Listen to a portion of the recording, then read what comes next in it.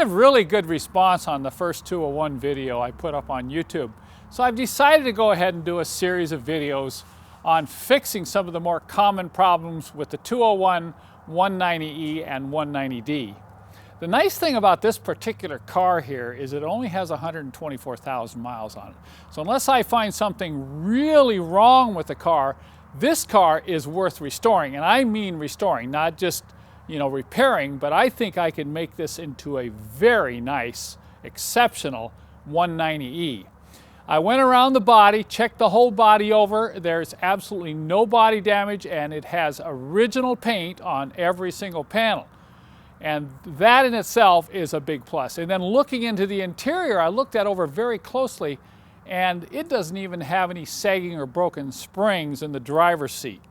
And we all know how important that is.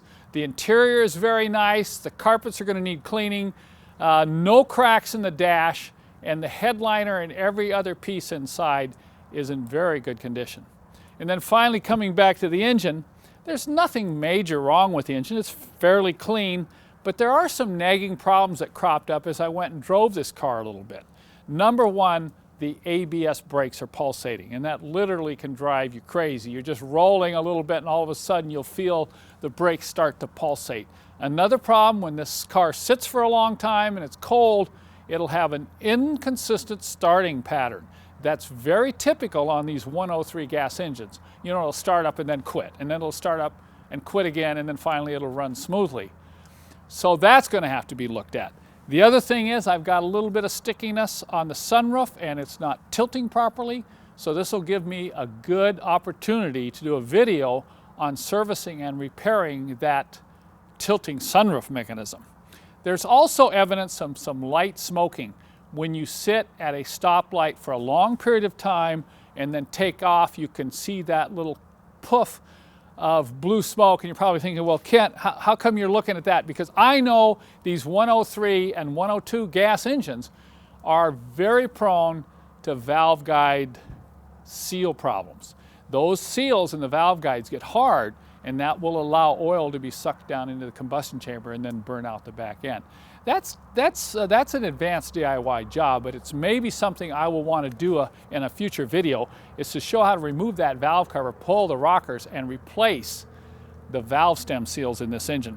There's also an overheat problem with the engine. I'm not talking major overheat, but this engine does tend to run a little hot when it's been sitting for a while. And once again, that's kind of typical of these 190 2.6s. So that gives me a bunch of videos to work on. I've also a great opportunity to do a really nice detailing power buffing video. The paint is a little chalky, and a good buff out and wax is going to really make this car shine. I'm going to show you a video on how to detail out the interior using some very special products that can really clean that carpet and that vinyl. And then, of course, we need a hood pad replacement, as you can see here. That'll be another opportunity to show you a step-by-step video on how to replace a hood pad. So I've got my work cut out for me. The very first thing we're going to do, though, is fix this pulsating ABS brake problem. That literally drives me crazy driving the car. So in the next few weeks, we'll be rolling this into the shop and up on the lift and start to do an inspection. So these videos will be following in a progressive order. Once again, it's not going to happen real fast. These are very time consuming to do, but I want to encourage you, keep an eye on my website. When these videos are done, it will be announced at Mercedessource.com, and you'll be able to view these videos there.